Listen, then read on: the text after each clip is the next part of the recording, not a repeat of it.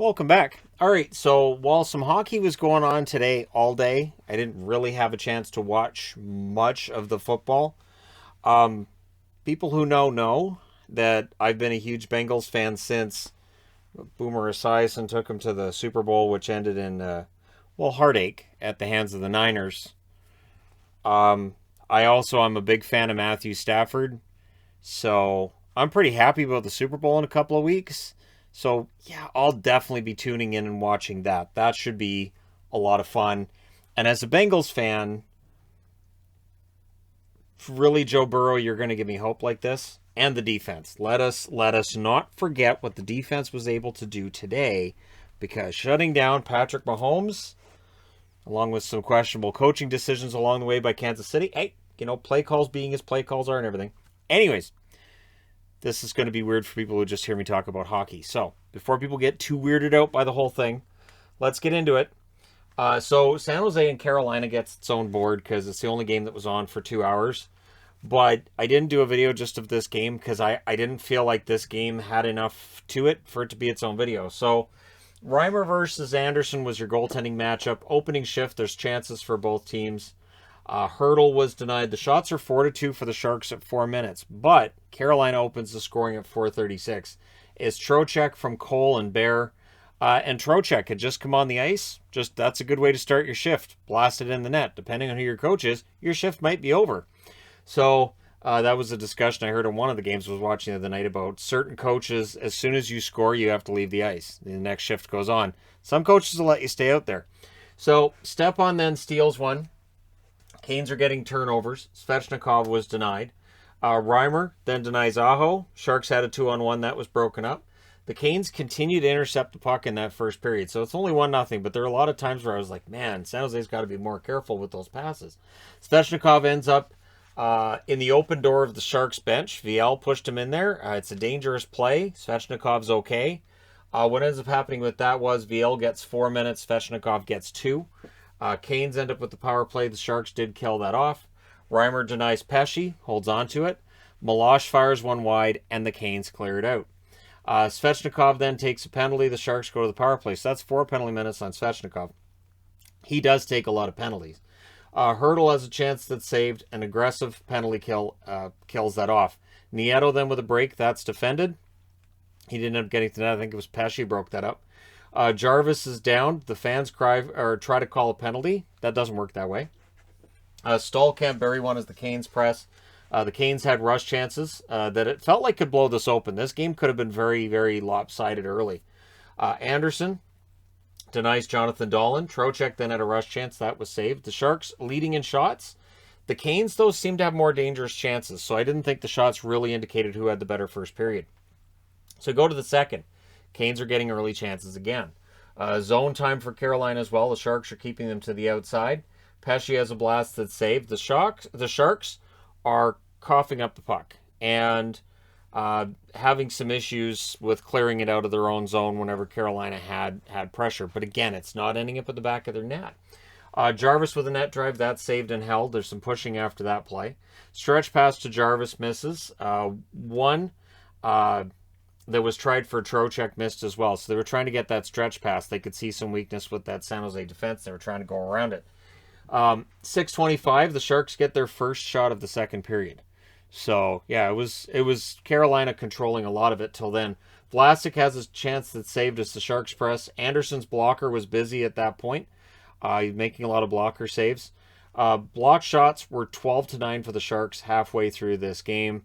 And it would run at about that same rate through the rest of it. There were a lot of block shots. Reimer saves on Slavin. Canes get a power play when Nino gets tripped. We then end up with 1:14 of 4-on-4. The Sharks have the power play after. Everything gets killed off there. No harm, no foul. Cole has a blast that's saved and held. There's a press by the Sharks. Pesce breaks it up. Jarvis with a rush chance. That stopped. Things get scrummy with 38.7 seconds left in the Sharks' end. D'Angelo has a shot that's blocked. We go to the third period with the score still 1-0 Carolina. And so third period, the Sharks shot blocking again in the first minute. Stepan tips one wide as the Canes press. Burns goes end-to-end. Anderson saves on that. But then at 3:36, San Jose ties it. And it's Balcers from Dahlen and Milosh. Fast, though, nearly answers that. Megna prevents a Lawrence goal shortly afterwards. Trocheck has a chance that goes wide. Nieto can't bury one. Anderson holds on to it after that.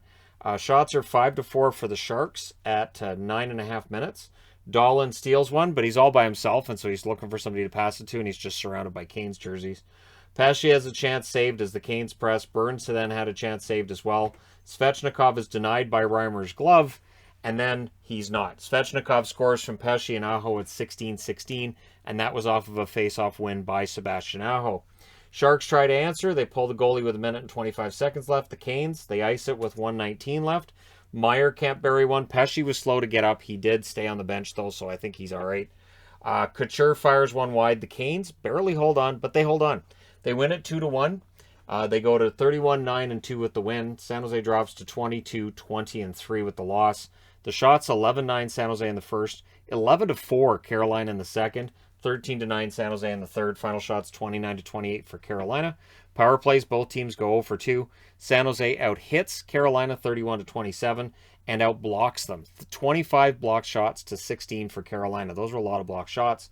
Reimer saves 27 out of 29. He was very good. Anderson saves 27 out of 28.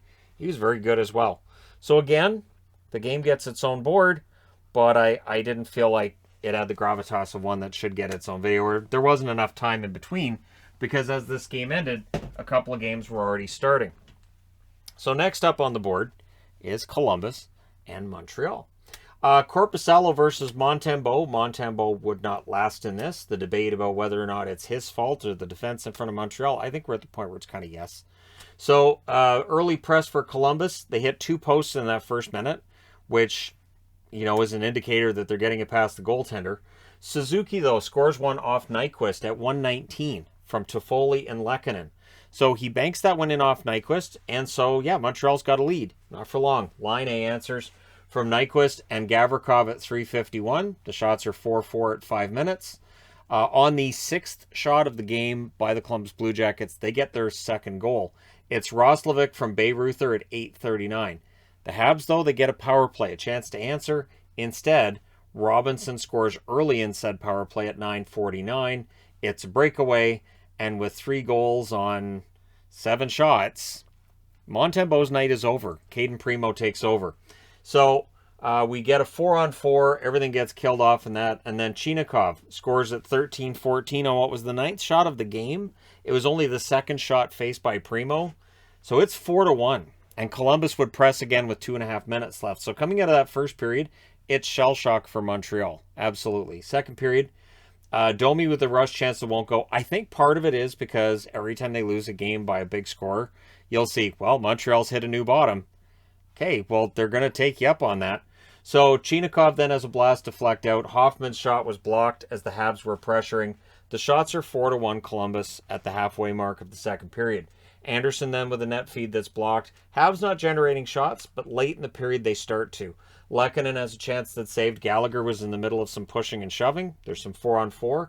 And Toffoli would score before the period was out from Lehkonen and Suzuki at 19:20. So that makes it 4-2 in favor of Columbus going into the third. And Columbus, known for allowing a lot of shots and for losing leads. Third period, early Habs power play. There's a shorthanded break for Jenner, which looked a lot like the one Robinson had in the first period. But he fires it high. That power play is killed off. Columbus then gets a power play, and this time the shorthanded goal is Montreal's. It's Lehkonen from Evans and Petrie at 6:55. That makes it 4-3.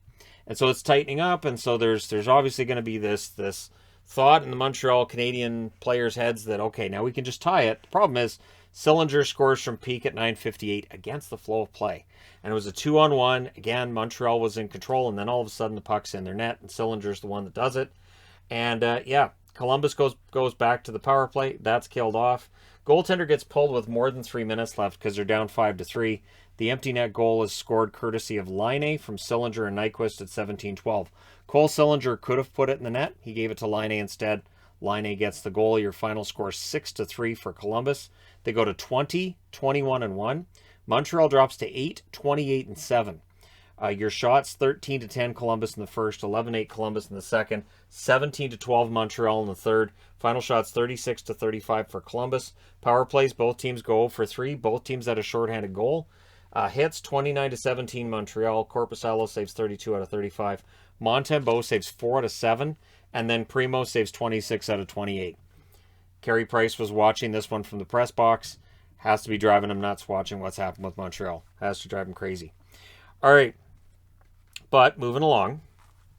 Dallas and Boston. Now, I look forward to this game, but it's nice if there's some tension. Maybe if it goes to overtime, some fun plays. There wasn't any tension in this, but I will say, Rave jerseys. I love the Rave jerseys. They've really grown on me over the last couple of years. And Jack Edwards really needed to stop doing what he was doing. So first off, it's Ullmark versus Ottinger. There were loud "Let's Go Bruins" chants at the start. There's a lot of Bruins fans in attendance, same as we saw in Arizona. Smith has a rush chance that deflects out. It's a fast game early on. Good chances either way, not a lot of whistles. Shots are 5-1 for Boston at 7 minutes. And then, on their second shot, Sagan with a tip from Gurianov and Ben at 6:54. No chance for Ullmark on that one. And it's 1-0 Dallas. So the Bruins press with 7.5 minutes left. Hintz has a rush, fires high. And then Radulov. So this is where Jack Edwards puts his foot in his mouth. They talked about Radulov. They were joking about Radulov hasn't had a goal in 28 games. And they're paying over $6 million for him. And that doesn't look very good. And he scores from Lindell at 15:23. So he made it happen. Shots evened up in the second half as Dallas really got their legs under them. And they're up 2-0 after one, second period. Stars press at 3 minutes. The shots are 4-2 for the Bruins, though, at 4.5. Pasternak's denied, and then Heiskanen. This goal may have been changed since it was, but it's 3-0 for Dallas. So originally Heiskanen from Robertson and Hintz at 6:31. It may have been tipped in front. So it's 3-0 Dallas, and then Ben, a little over a minute later, he adds one from Sagan and Gurianov at 7:39. So Sagan with a goal and an assist. He does like playing against Boston.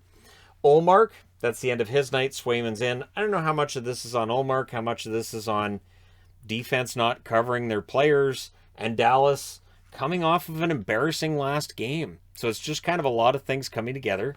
And Dallas, their pride kicks in this one, I thought. So the power play for the Bruins. This is where Jack Edwards mocked how bad Dallas's penalty kill has been. So McAvoy has a shot that's saved, but it's a good penalty kill. It's killed off. And that was the end of Boston's power plays for the night. So there's that. So Heiskanen with a giveaway. The Stars did recover on that. Power play then for the Stars. Hintz has a shot that's saved. That's killed off. The Stars have a 3-on-2 that misfires in the final minute. And then Gurianov had a rush chance that was saved. So we go to the third period. Early press by the Bruins, but the Stars get a power play, and they score on it. It's Rope Hintz from Klingberg and Pavelski at 4:55. The Bruins ruined the shutout, which was the only reason left for me to really pay close attention to the game. It's Smith from Coyle at 5:49. It's the first goal Craig Smith scored since the one against Nashville, many games back. Robertson tries to answer. The Stars get another power play. That's killed off. But at 18:53, Sagan gets a second goal from Gurianov and Ben. So Ben, Gurianov, and Sagan are going to be sad they don't get to play Boston again this year. Your final score is 6-1 for Dallas. They go to 23-17-2. This is a key game for Dallas. Some momentum was destroyed for them when Washington came in and blew them out. This kind of gets that momentum back. Now they've won, I think, 5 out of 6. But Boston with the loss, 25-14-3. This is a tough one. This was a road trip that they looked at and thought, maybe we can get a certain amount of points. I don't think they got the amount of points they wanted out of it. They get the win over Arizona. They lost in overtime against Colorado, and now they lose in regulation against Dallas. Your shots, 11-10 Dallas in the first, 9-8 Dallas in the second, 9-8 Dallas in the third. Final shots, 29-26 for the Stars. Power plays, Boston 0-1, Dallas 1-3. Hits, 23-19 for Boston. Ullmark saves 11 out of 15. Swayman saves 12 out of 14. Ottinger saves 25 out of 26. And it's nice to see Ottinger get another win at home. He has a very good record when he plays at home. So, anyways, that game's done. And I won't see Dallas and Boston against each other again in this season unless it's in the final, which is in some kind of fantasy land that does not exist. Next up, Minnesota. So this was an entertaining game between Minnesota and I thought an Islanders team that did look desperate, and they need to be desperate. For the Islanders to have any hope of closing ground, right? And any hope, they have to get on a run. Tonight's not the start of that run. It's Kakkonen versus Sorokin. Lee has a net drive that's covered and held. But on Minnesota's first shot, it goes in. It's Duhaime from Eriksson Ek and Dumba at 3:36. Nelson nearly answers, but the Wild end up getting a power play. And they score on it at 4:39. So very quickly, this game goes from scoreless to 2-0 Minnesota. It's Eriksson Ek from Kaprizov and Boldy. Matthew Boldy's fitting in just fine with the Minnesota Wild right now. He looks pretty darn good. So a team that already had a really lethal attack adds Boldy, and it gets better. Sorokin then saves on Eriksson Ek on the next shift. The physical play was picking up. Of course, Ross Johnston's involved in that. Kaprizov has a chance that's saved. The edge was definitely to the Wild at this point in the game. Pajot with a break. He ends up hitting the post. It trickles through Kakkonen and ends up hitting the post. The Islanders get a power play. That's killed off. Nelson, though, right after it ends, scores from Salo and Pelech at 13:56. So it's not a power play goal, but it's kind of a power play goal, right? Barzal then has a rush chance that's saved, but it's 2-1 in favor of Minnesota after one period. Second period, the Wild press, and this was after some good chances for the Islanders, and Boldy adds to the scoring for Minnesota from Rask and Fiala at 2:39. And again, it is the first shot on net by Minnesota in the period after what was a decent start for the Islanders. Dewar almost scores in the next shift as well. But Ross Johnston showing that he can put the puck in the net. It's been about 2 years since he did it, but he puts the puck in the net at 4:03, and it was a nice goal. So yeah, there you go. Dumba then with a mishandle gives the Islanders a chance. You don't want to be doing that in front of your own net. Shots are 8-2 for the Islanders, 6.5 minutes into the period. We get a post for Barzal as the Islanders press. We get a power play for the Islanders. We get 36 seconds, then a 4-on-4. Everything gets killed off. The Wild would press with a minute and a half left. But coming out of the second period, the score's 3-2 in favor of Minnesota. So they're just staying ahead of them. Third period, the shots, 3.5 minutes into that period, are 2-1 for the Islanders. Barzal goes beast mode, passes it to Bailey, and Bailey's stick decided, what is life? And it broke. Goudreau then had a chance that was saved. The Islanders get a power play. That's killed off. Beauvillier tips one wide. He's back into not having a lot of puck luck. Chara hits the outside of the post. The Wild press with 9 minutes left. And eventually, Kaprizov, on what was a perfect tip, scores from Dumba and Brodin at 11:27. Then with 5:12 left, the Islanders get a power play.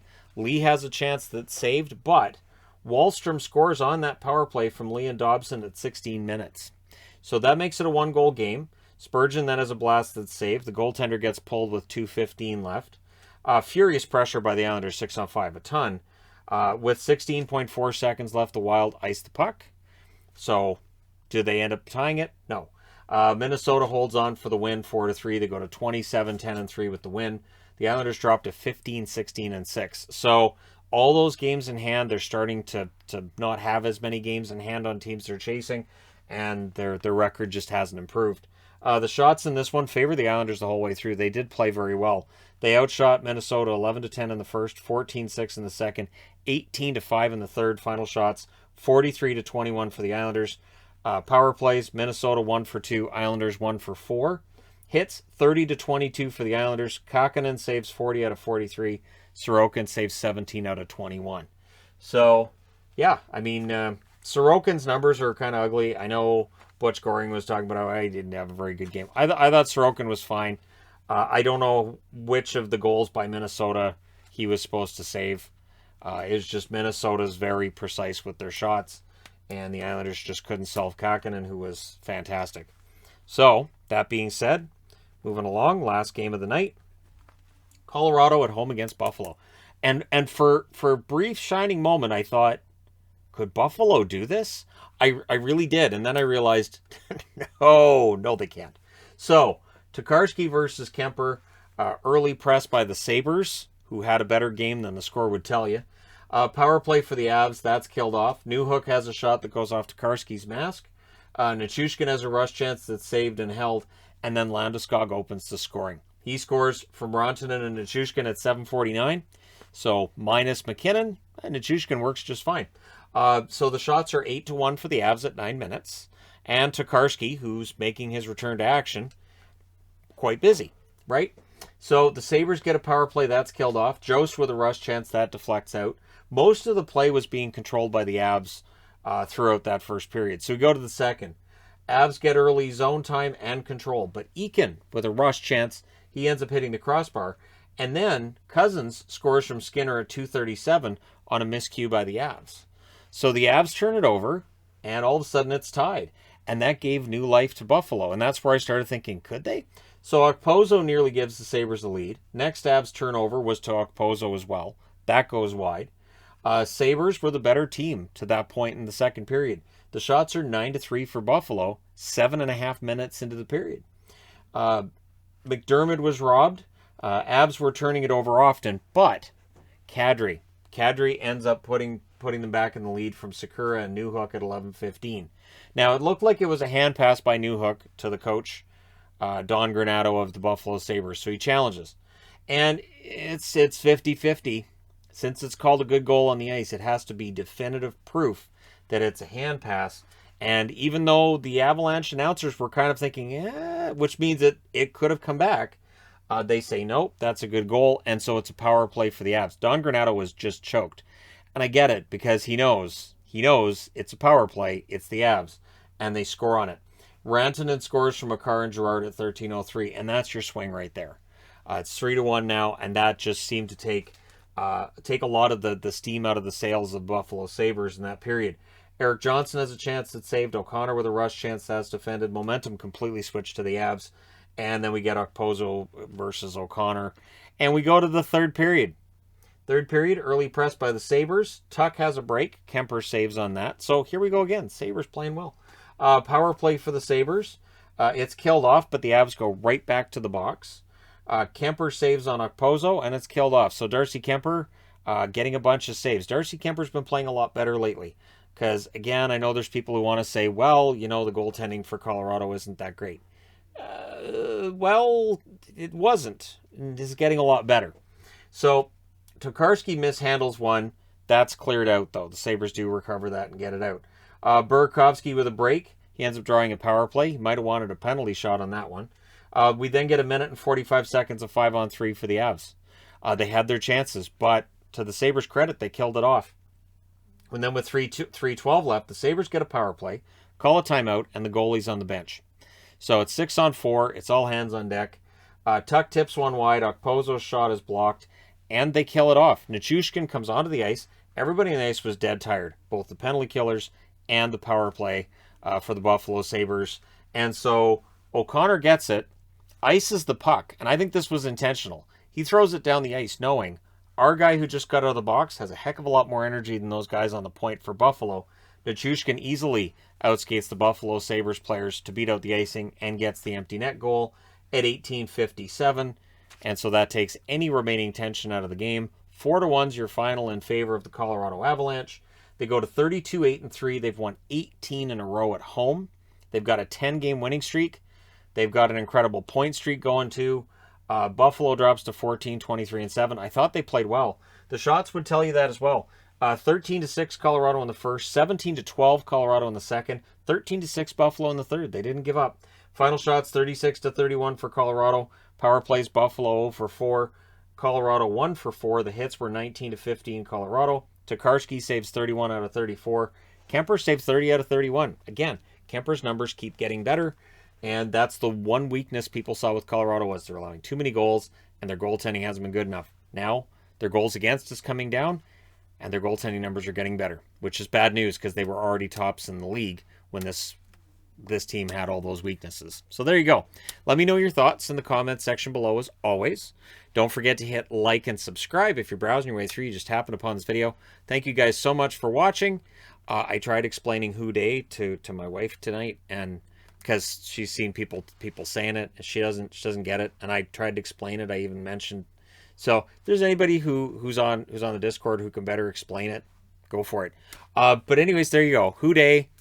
They're in the Super Bowl, so there you go. Thank you guys so much for watching, for all your support. Don't forget to hit like and subscribe if you haven't. And from myself, from Shadow, from Bear, and from Licorice here, who's the only rabbit that's still down here because he's the best behaved. Thank you guys so much for all your support. I'll talk to you again soon.